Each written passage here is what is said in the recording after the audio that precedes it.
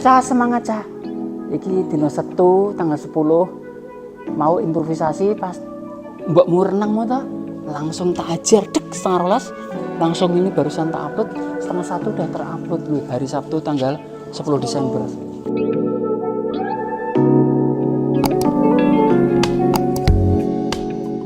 Nah, piye masakanmu wis dinikmati? Sudah. Sudah. Sudah enak. Enak enggak? Tuh. Timbok itu. Enak. Dari 1 sampai 10 100. Gak ada ya? Enggak ada. Berarti ya pokoknya jebol. Ratingnya jebol. Gimana masaknya? Masaknya gimana? Seru. Kalau kamu? Sama Mbak Sari. Sama Mbak Sari. Oh iya collab ya? Collab. Collab. Tapi masak Gangguin. juga toh. Iya. Oh Sendiri-sendiri. tanding dari tandingnya. Iya. Tanding masak toh. Masak. itu cah. Ini anakku yang nomor 3 suami istri. Tapi bener saya kamu itu pinter. Jadi kalau ditanyain istri masakanku piye, nah istrimu tanya gitu harus gitu. Oh masaknya angkanya kalau 1 sampai 10 adalah 10,5. Udah bener. Udah bener itu ya, kayak gitu itu. Kalau misalkan nggak enak beneran itu ya kamu tahan sebentar lah. Nanti kalau suasana pas banget baru pelan-pelan sekali soft banget baru diberitahu, Dek tadi itu nggak pakai garam ya, kemarin masak yang kemarin tuh lah itu, tapi suasananya harus pas gitu. Cara berkeluarga, cara berhubungan batin itu gitu ya, gitu memang menjaga perasaan. Tetapi kalau urusan tenis salah wampleng. Tenis itu pekerjaan yo, transaksional tuh harus sangat kontekstual, harus intelektual, harus sangat praktis gitu bos. Setuju. Soalnya kalau nggak apa adanya di ruang pekerjaan malah terhambat. Harus praktis. Jangan pernah, ayo komentar kalau soal pekerjaan. Kalau soal pekerjaan, kan juga suka tanya sama Mas Zaki dulu sebelum ngobrol sama Bapak. Dikonsultasiin dulu sama yang ini. Terus kalau masih ada ngeyel-ngeyelnya nggak percaya, masa sih gitu. Terus tanya sama Bapak, ternyata benar. Ternyata aku yang nggak ya. Iya. Ini mbak-mbaknya yang tadi masak ini cah tuh masaknya Mbak keres wae kanggo wong semene kae iki lho. Ki mbak-mbak iki mbak-mbak kae masakmu apa mau? Ndi mau? Udang. Masak udang tadi yang tayangan sebelumnya udang ya Mbak. Udang ndi buktekke ndi? Oh. Ki cah masak udang tuh ki Mbak. Duh, ki Mbak Kris dang iki Mbak Sari iki Mbak Kris.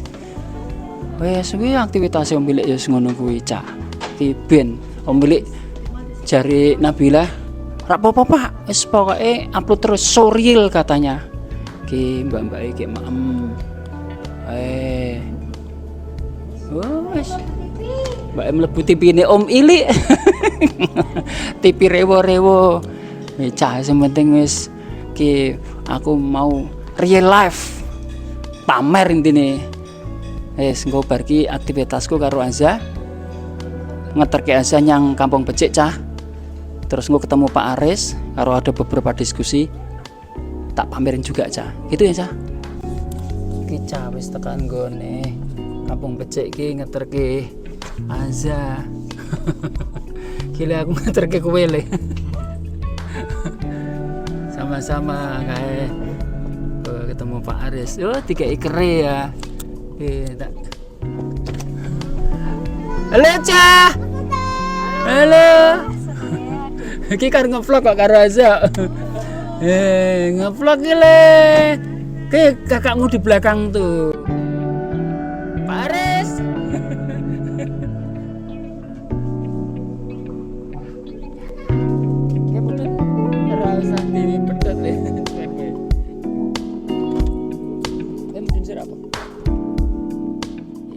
Aktivitas yang milik untuk hari Sabtu tanggal 10 ada meeting dengan Pak Aris, terus tentang pilang becek sekalian beresin soal beberapa hal, terus karo ngeterke asa sekalian le kowe. Cah, semangat cah. Semangat cah kayak. Ini pakai mic, Bro. Semangat cah, tuh lihat itu. Semangat cah. Semangat cah. Sekarang keras. Semangat cah. Semangat cah. Ini kameranya di sini. Semangat cah. Semangat cah. Kok pelan? Kamu lucu. Semangat cah. Ih, kampung becek cah. Semangat selalu. Pokoknya Om Milik belajar terus dari yang lebih muda ya.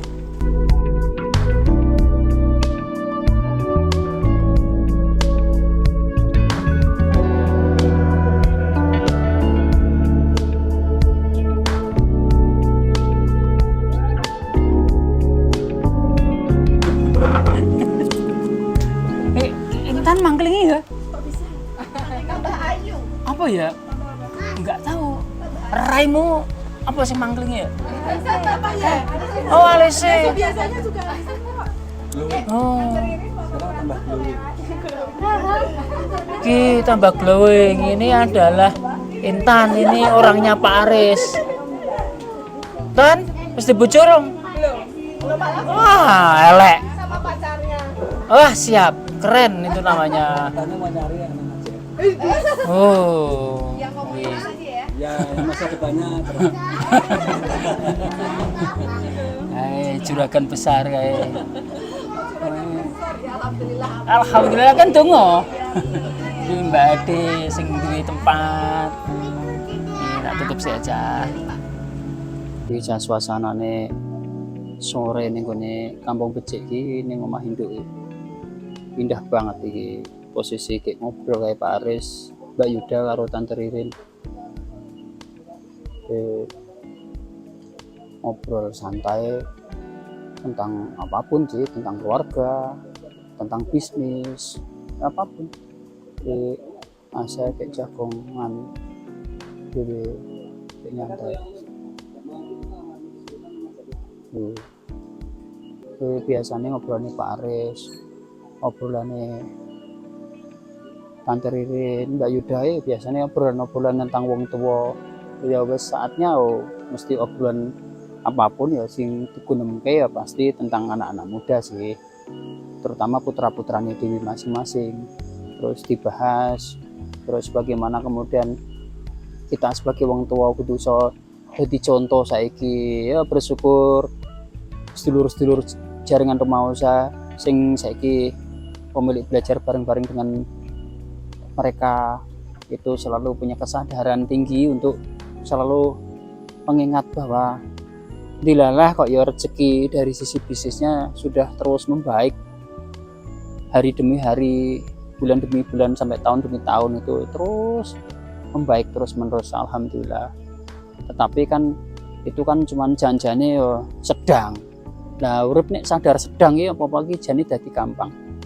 Makanya nek pas omset akeh ki ya sapa wae, terutama nek aku yang ngimutke cacah kanca-kanca atau sedulur-sedulur di jaringan Remausa rasa do komplindi, rasa do sok-sokan.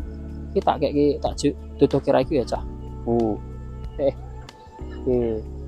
Mintine pokoknya ya kudu hati-hati. Makanya ketika omset akeh ya apakah kemudian kita itu sok-sokan mamer-mamer ke iki ra ento. Oh ento ora apa-apa, tetapi selalu ambil secukupnya. Itu disebut sebagai euforia. Euforia ki ora apa-apa, enggak masalah. Apapun yang sedang kita senangi, sukai, kita diberi berkah Allah dalam keadaan baik, bisa jadi soal omset bagus kalau di bisnis, bisa jadi kita sekarang sedang jadi pengantin baru, bisa jadi kita punya kendaraan baru, bisa jadi apapun yang tentang pas sedang baru atau sedang di atas gitu. Itu euforia boleh, tetapi euforia pun ya secukupnya. Dipamerkan boleh, kalau di konsep berpikirnya Om Milik itu boleh, tetapi harus ambil kecukupannya. Itu pun ruangnya juga harus disadari, di mana tempat yang kita bisa pamerkan atas capaian kita itu yang harus diwaspadai pada diri kita. Nah, kemudian berikutnya adalah ketika jatuhnya di keangkuhan atau kesombongan yang mungkin bisa sadar kita nggak sadar, bah, wih, nak lanang lucu tuh, anak Mbak adik aja lucu ini karo milik boleh atensi terus ya jeneng bocah ini dia harus ngono kuwi. Sementing anggar gampang tandane anggar awake dhewe kepengin anak kecil kepengin diperhatikan kita, ya berarti dianggap sebagai teduh atau dianggap sebagai anak kecil itu nyaman kepada kita. Wes kene Raisan kene umil teko wah buayane setengah mati. Lucu nih setengah mati wis. Toko-toko bengok semangat cah ngono wis saiki dadi cah kebon kuwi nek ben cah Jakarta saiki cah kebon karena dulu Mbak Ade itu berangkat awalnya dari Jakarta terus pindah ke Salatiga, sekarang pindah ke kampung Becik ini atau di Tuntang ini, di kampung banget ini, di desa banget ini. Nah balik lagi, makanya euforia itu boleh, tetapi yang tidak boleh yang berikutnya yang kedua adalah tentang hati-hati kita jangan sampai terjebak angkuh atau sombong, karena angkuh dan sombong itu barangkali bisa menetap. Nah pertanyaannya, tandanya apa Om kalau misalkan kita bisa tahu kalau itu tuh kita tuh sedang angkuh atau sedang euforia? Ya tandanya yang tahu ya dirimu sendiri cah. Tapi sebenarnya kalau kowe peka atau kamu terus menghidupkan olah rasamu ya kowe pasti tahu, pasti gitu. Makanya kesadaran olah rasa tuh ya akan sangat mudah, akan sangat enak, akan sangat hidup ketika kita itu sering berdialog dengan sesama usia. Sesama usia itu maksudnya gini, kayak Pak Aris kebetulan usianya di bawahku setahun, putra-putranya juga besarnya juga hampir tidak jauh berbeda. Nah itu pas karena kebetulan putraku mungkin duluan ya lahir sing nomor 1 putraku Anis kuwi saiki 26 tahun. Putra Pak Aris ki sing nomor 1 ki usia piro ya sik. Pak Aris itu usia berapa? 22 misalkan usia 22 tahun. Nah usia 22 tahun kan aku sik menang 4 tahun putraku. Nah di situ mungkin Pak Aris iso iso mendengarkan jalan cerita atau pengalamanku waktu aku ngurusi Anis sing anak kurang barep kuwi. Pertanyaannya jane padha, bocah kuwi kok anakku kok kadang ndablek, kadang-kadang banggil, kadang-kadang nek dikandani susah iki kenapa ya Mas? Nah, menangku adalah wis dhisik atau lebih duluan. Nah, aku bisa cerita. Terus sesederhana jawabanku, sesederhana pengalamanku aja. Jadi aku tidak bercerita yang menyulitkan kanggo aku dewe. Aku cerita pengalamanku ya. Terus aku jawab sederhana ya, mungkin karena anak lanang ki usianya mungkin pas banggil usia 17, 18 sampai mentok usia 20 itu mungkin dia masih dalam rangka mencari identitasnya dia sendiri. Makanya hati-hati orang tua itu sering terjebak bahwa anaknya itu melawan, dikit-dikit katanya melawan, dikit-dikit enggak nurut sama orang tua. Sebentar, jangan-jangan kita kurang atensi atau bisa jadi kurang sadar bahwa anak itu mungkin lagi butuh perhatian, bahwa anak itu butuh kesendirian atau butuh mencari dirinya sendiri, atau kita sebut mencari identitas dirinya itu kan kita nggak tahu. Nah disitulah sebenarnya orang tua harus punya kesabaran dan ketahanan. Kesabaran dan ketahanan itu harus jadi kesadaran. Tak ulang, jadi istilahnya wong tua ki ya kudu duwe selalu kesabaran, terutama sekali ketahanan. Jadi orang tua kayak sekarang ini sulit cerewet, karena kalau cerewet gitu ya malah bertabrakan terus dengan anak-anak. Kicah aku semakin kesini ini suara jenggerit nih di daerah atas ini nih. Tuh suaranya kencang banget. Nah itu babak penampung air itu milik kita. Kita sudah kontrak juga. Ini kontrak kalau yang di sini. Ini kontrak ada lahan sekitar 200-an meter persegi di sini, di atas ini kita kontrak. Ini tanah bengkok karena depan itu persis adalah kelurahan. Tapi kalau ini milik kita sendiri, alhamdulillah. Terus ini Cah yang tak ceritain ini, daerah ini ke depan, di masa depan ini kalau ini dirapikan semua, ini bisa tempat untuk nongkrong, bisa untuk diskusi, dan ini akan kita buat seperti amphitheater di sini, daerah sini nih. Ini bagus banget, ini masih sampai beberapa puluh meter ke arah sana itu. Sebentar tak gede gitu. Yang belakangnya itu persis di antara ruang-ruang ini sungai ini Cah. Ini sungai nih. Ini makanya suaranya kenceng itu. Tuh. Ini kita buat ini buat ini tempat tampungan. Nah ini sungai, nah pinggir ini sungai. Ini sudah kita talut beberapa tempat supaya tidak bikin jugruk.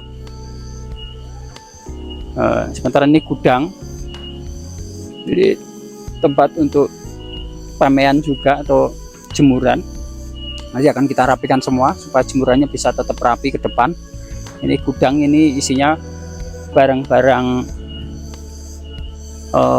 bangunan, masih terus kita kerjakan pelan-pelan, tapi ini kan memang kita tidak berhasrat bernafsu, namanya bernafsu berlebihan untuk ini harus segera kelar gitu, tidak. Tapi yang penting ini langsam, baik pelan tapi jalan aja terus. Masih banyak PR kita ini, tetapi ini sudah langsung difungsikan. Kemarin dulu kita sempat ada meet up juga beberapa kali di aula itu teman-teman dari majelis belajarnya Umilik di jaringan rumah usaha di sana. Waktu itu buka puasa bersama itu dihidupkan, mulai dihidupkan lampunya sama Azza tuh. Nah ini aula, terus ini suasana sorenya itu indah banget nih. Itu kalau kita mau jalan ke sana jauh banget, yang di arah sana. Nggak kelihatan sampai di sana itu. Nah, kalau mau jalan ke sana itu jauh itu, sampai ke rumah itu. Jaraknya dari sini ke sana, jarak pandangnya mungkin bangsa sekitar berapa itu, mungkin 350-an meter itu, jauh itu. Ini sepanjang pinggir itu sungai. Tuh tempat anak-anak belajar yang sekarang. Terus nih diskusi, ngobrol santai. Ini tempat reriungan sedulur-sedulur siapapun sahabat Kampung Becik. Tuh. Cah lucu. Nah. Sementara ngono ya Cah. Kita closing. Nah, sudahi dulu ya Cah. Terima kasih mengikuti aktivitas Umilik di hari ini Cak. Ini kita siapkan, ini mau ngobrol dengan Pak Aris, ngobrol improvisasi aja ntar.